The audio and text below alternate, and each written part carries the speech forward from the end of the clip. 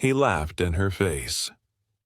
Right there, in the middle of the showroom, in front of his coworker and two customers browsing sedans. A sharp, dismissive kind of laugh, the kind that says you don't belong here. Maya Ellis didn't move. She didn't blink. She just stood beside the graphite luxury coupe, her hand resting lightly on the hood, watching him with the calm of someone who had already decided how this would end. "Ma'am," he said, shaking his head, "this model starts at $120,000.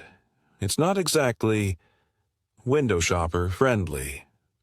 His voice dripped with mock concern, but his eyes were dancing. He turned toward his colleague, chuckling again. "I swear, every week it's someone new thinking they can test. Drive a fantasy." Maya let the silence settle between them like dust. She was dressed simply. Tailored black pants, a slate blazer, no jewelry. Her hair was pulled back, her shoes were practical. Nothing about her screamed money or status. And that was the point. Rick, the salesman, leaned on the desk now, all confidence and charm. "Why don't we take a look at something a little more affordable? Maybe the compact hybrid? Something with easy monthly payments." He grinned like he was doing her a favor. Still, she didn't speak. She turned and slowly walked the length of the showroom floor, passing vehicles she'd once personally approved for purchase, displays she had signed off on during a regional renovation just months prior. She knew this dealership better than anyone in the room, because she owned it, but none of them had bothered to ask her name. Not yet. She walked past the front desk like a shadow through her own legacy. The marble floor, the metallic accents, the curved staircase behind the showroom, all of it had her fingerprints on it. She remembered when this place was just drywall and raw concrete, when she stood in a hard hat walking the skeleton of what would become one of the most profitable branches in the entire chain. They didn't know that. No one in that building did. And she had designed it that way. After stepping back from daily operations last year, Maya had become a silent presence, still the owner, still the founder, but content to let others manage what she had built, until the complaints started. A trickle at first. Rudeness, dismissal, disrespect toward female customers. Then came a corporate report about declining customer retention, only at this location. That was all it took. Maya didn't believe in fixing problems from a conference table. She believed in walking into the storm herself. No press, no entourage, no corporate announcement, just her and the truth. She stopped near a floor model and glanced at a poster tacked to the wall, an outdated marketing banner with the company's slogan, "Driven by Integrity." She almost laughed, not because it was wrong, but because it used to mean something. She'd spent years building that culture, teaching her teams to serve with decency, to listen before they assumed, to treat every customer like they owned the building. And now, here she was, being treated like she couldn't even afford a brochure. Across the room, Rick hadn't stopped smirking. He leaned over to his colleague again, whispering something and glancing in her direction. The other man laughed quietly, shaking his head. Maya caught their eyes and they both looked away. Too late. She didn't speak, didn't correct them. She simply pulled out her phone, opened a message thread labeled Legal and Ops, and typed 4 words. "You can send them." Then she slid the phone back into her pocket and returned to the graphite coupe as if nothing had happened. 10 minutes. That's all they had left. Rick was still at his desk when the glass doors opened again, this time with a sharp hiss of cold air. 2 people entered, both in black suits, both carrying slim leather folders, both walking with a precision that didn't match casual sales visits. Rick didn't even glance up at first. He was too busy tapping at his screen and cracking jokes about the daydreamer by the graphite coupe. Maya didn't react. She didn't have to. The sound of high-polished shoes approaching the reception desk turned heads quickly enough. The taller of the two stepped forward and said flatly, "We're here for Ms. Ellis." The receptionist blinked. "Who?" Before the words could echo, Maya spoke for the first time in over 20 minutes. Not loud, not theatrical, just clear. "I'm Ms. Ellis." The silence dropped like a stone in water. Rick stood up too fast, knocking over a stack of pamphlets that spilled across the tile. His eyes darted from Maya to the two visitors, then back to Maya again. He opened his mouth, then closed it. Maya turned to face him directly, her expression unreadable. "Your name is Rick, isn't it?" she asked. He swallowed. Yes. Rick Coleman." She nodded, then looked to the shorter rep. "Page 22. The folder was opened and placed gently on the desk. A detailed internal report.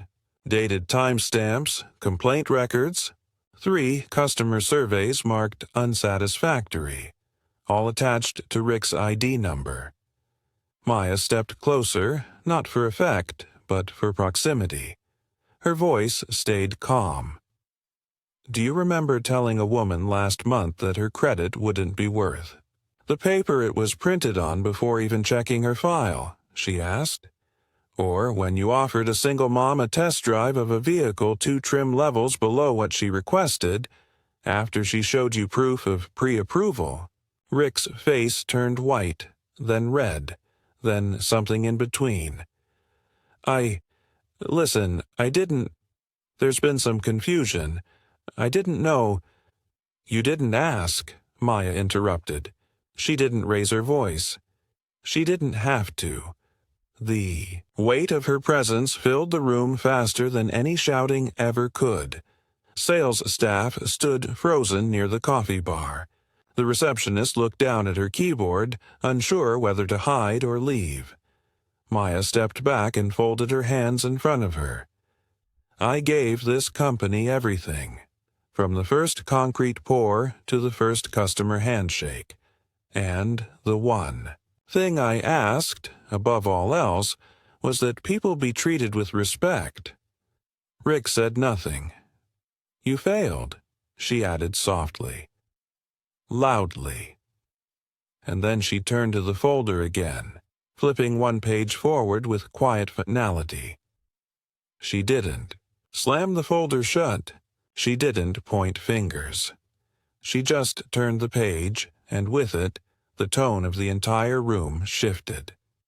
Rick stood motionless, his breath shallow now, as Maya scanned the document. Her finger hovered over one line, an official warning issued. Just 3 months ago, buried beneath corrective coaching that was never followed up. She turned the folder slightly so he could see it, her eyes never leaving his face. "You were already on record," she said. "Today just confirmed what we missed." He opened his mouth again, searching for some version of an apology or an excuse that might stick. "I didn't know who you were," he said. "If I had—" She tilted her head, almost amused by the honesty. "That's the problem, Rick. You treat people based on who you think they are." Her voice didn't rise, but it carried weight, like it had been sharpened by years of being dismissed by men just like him. "You thought I was no one, and because of that, you spoke to me like I didn't matter. What does that say about how you treat people when no one's watching?" No one answered. Not Rick. Not his silent co-worker watching from across the showroom. Not the receptionist who suddenly found something urgent to focus on beneath her desk. Even the customers had stopped pretending to browse. The floor was frozen.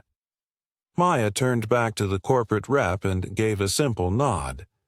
The second folder was the handed to her, thinner than the first, but just as final. She opened it and held out a single paper. "This is your formal termination," she said, "effective immediately. Security has already been notified. Your access is revoked. You'll be escorted off the property in 10 minutes. Rick's face crumbled. Not in rage, not in disbelief, but in something hollow.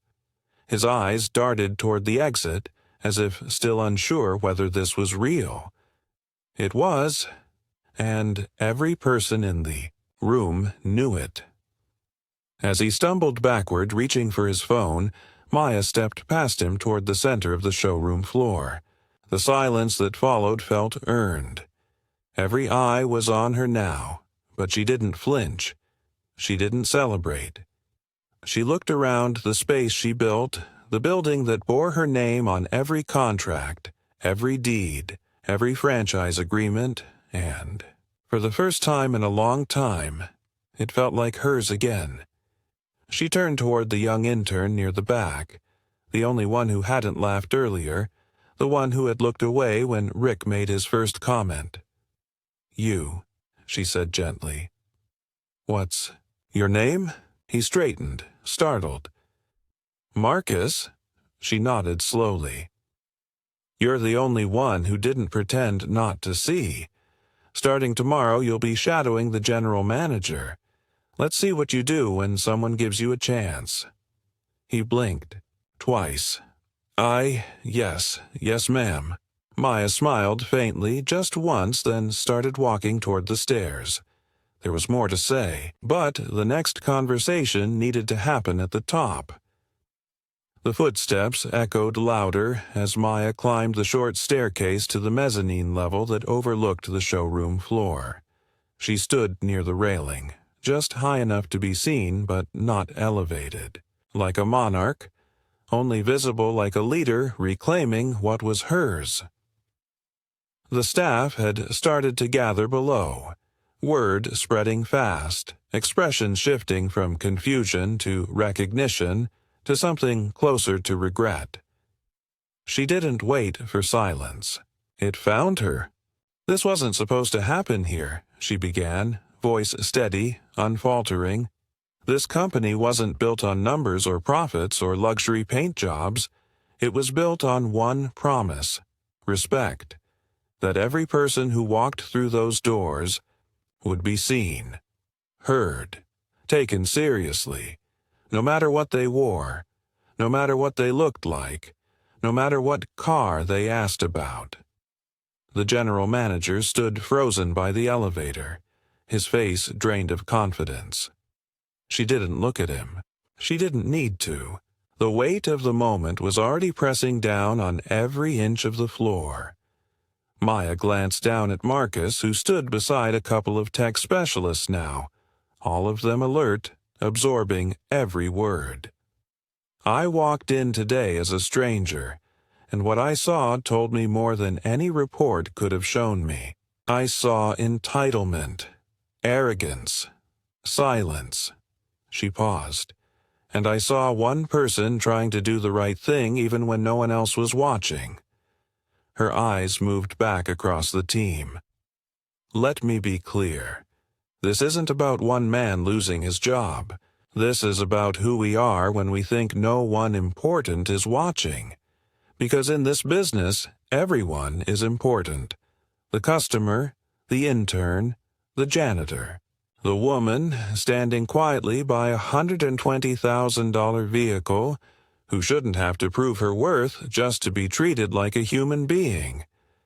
No one spoke. Even the receptionist had now stepped out, visibly shaken, clutching her tablet like a lifeline.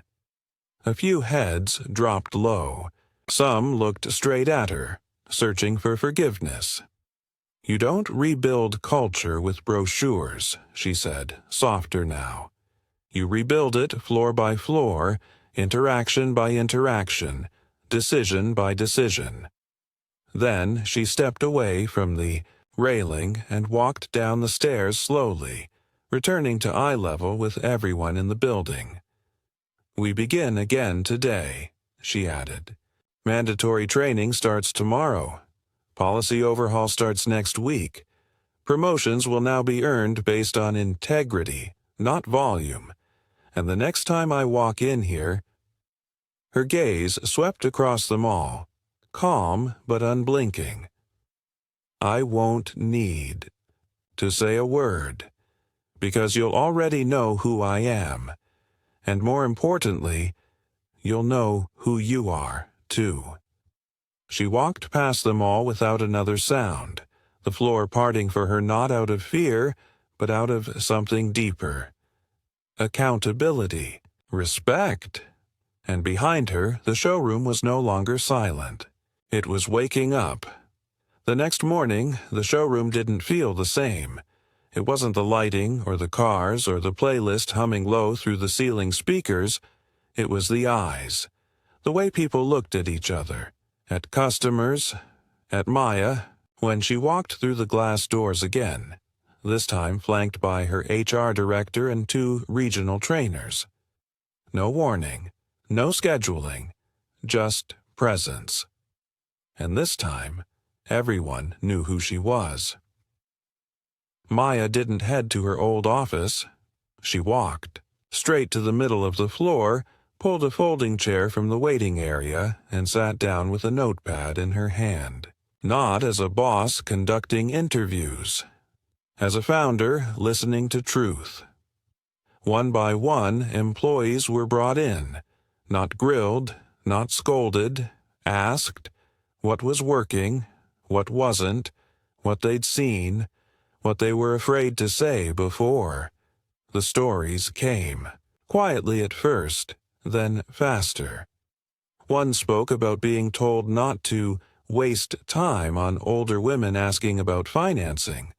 Another admitted she was warned not to get soft with customers who didn't look like buyers.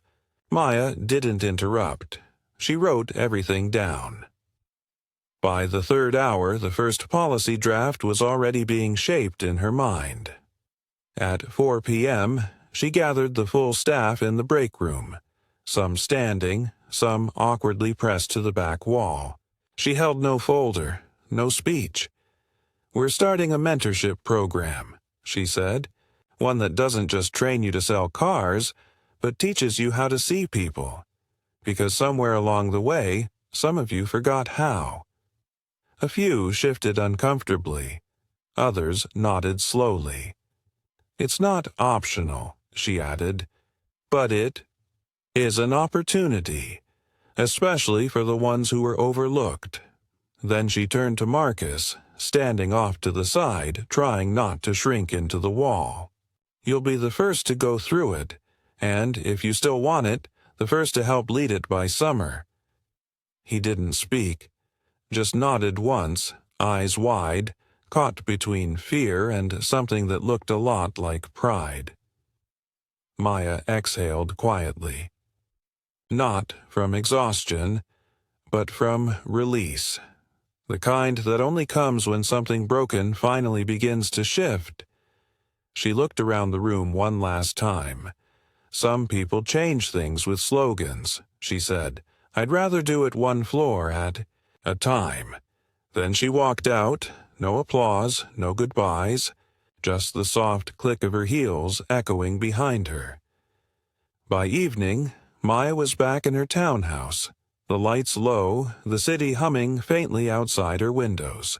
The day hadn't felt like a victory. Not the kind people chase. It felt more like a correction, a course reset. She stood barefoot in the kitchen, stirring tea that had gone cold while she replayed the afternoon in her head. Not the firing, not the whispers. The look on Marcus's face when she said his name. The way his shoulders straightened like he was just realizing they belonged in the room. She moved to the living room and sank into the couch, scrolling past headlines on her phone that had started to appear like brush fire. Undercover, CEO exposes toxic sales culture. Female boss shocks dealership staff after being insulted in her own showroom. The video was everywhere. Customers had posted shaky clips, catching just enough audio to capture the tension, just enough silence to reveal the truth. She didn't share the clips, didn't comment. She wasn't interested in going viral. Maya swiped to another window and opened her notes app instead. She wrote 2 words. Next location. Because this wasn't about one showroom. It never had been. She knew there were others. Places where her values had been replaced with numbers, where kindness was seen as weakness and judgment sat behind every handshake. She hadn't built her company for that. She'd built it for women like her, people like her. Those who didn't need special treatment, just fair ground to stand on. Her tea was still untouched. She took a slow sip and closed her eyes. It wasn't over. It was just beginning. The morning brought a request she hadn't expected, but couldn't ignore.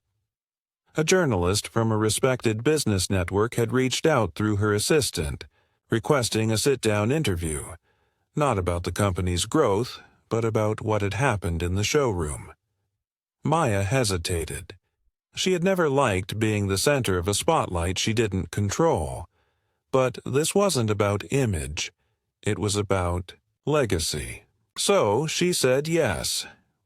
3 days later, she walked into the studio, not in heels, not in armor, just a soft gray blouse, slacks, no jewelry. She sat across from the host, legs crossed, her posture calm. The lights dimmed, the cameras rolled. "What was going through your mind?" the host asked, "when he laughed at you?" Maya didn't blink. "Nothing new," she said.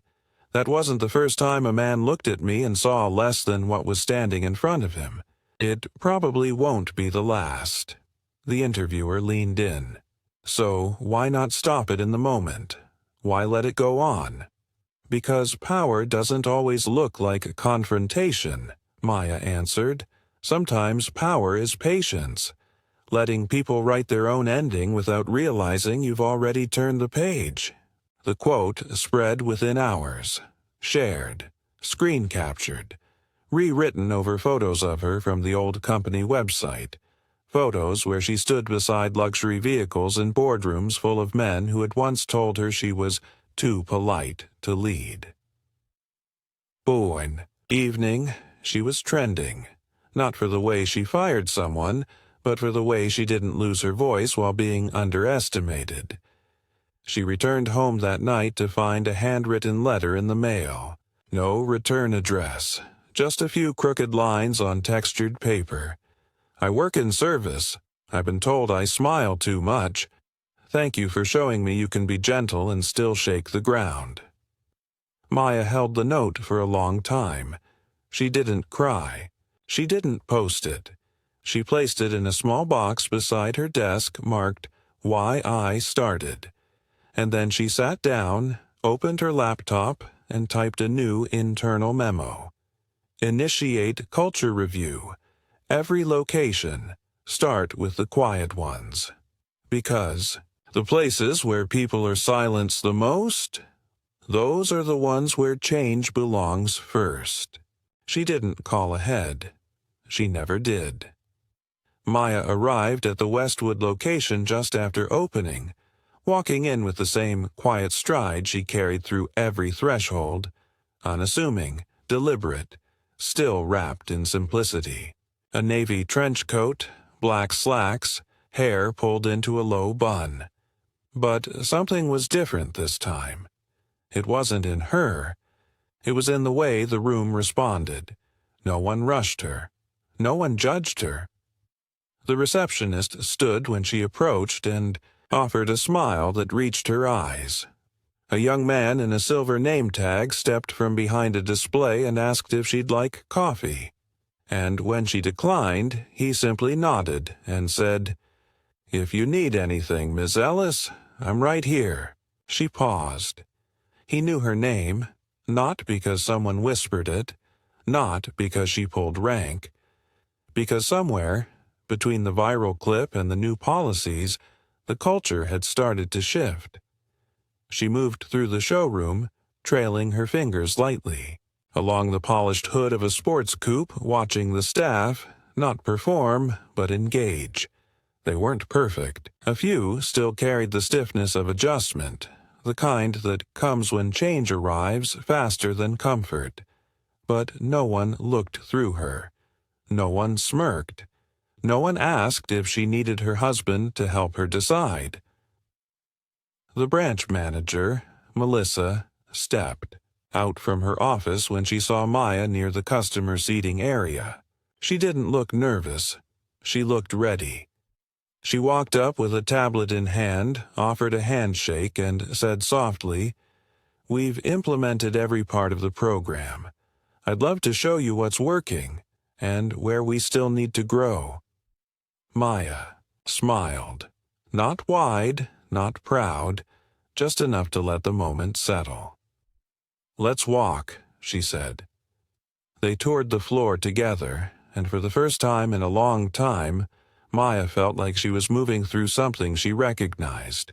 Not just a business, but a belief system. Something being rebuilt. Not with announcements, but with action. One location at a time. One posture. One voice. She stayed for 2 hours. She didn't fire anyone, didn't call anyone out. She didn't have to. The message had already arrived, long before she did. The sun was beginning to fall behind the glass skyline by the time Maya returned home. She stepped out of her car slowly, pausing to take in the quiet.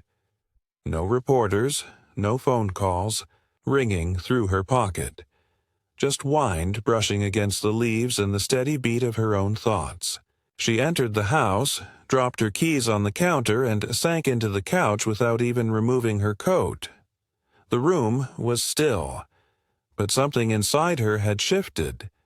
She opened her laptop and scrolled through the latest field reports from her leadership team, locations already adopting the new mentorship model, early notes from staff who felt seen for the first time, and one video clip from Marcus, now fully suited, leading his first new hire orientation. He didn't speak with the polish of a manager. He didn't need to. He spoke with something better. Authenticity. Maya smiled and closed the screen. The world hadn't changed overnight. But it was changing. Not because she'd punished someone, but because she'd forced everyone to stop and look, not just at her, but at themselves. She walked over to the side drawer of her office, pulled it open, and removed a small leather-bound journal. On the front was a faded embossing. Why I Started. Inside were years of notes, observations, frustrations, moments no one else had seen. She added one more entry. They saw a customer. I showed them a founder. But more than that, I reminded them of their humanity. She set the journal down, walked to the window, watched the streetlights flicker on one by one.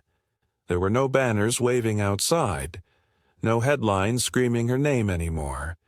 But in quiet corners of her company, voices were rising, culture was shifting, and dignity, real, grounded dignity, was no longer a luxury for the privileged.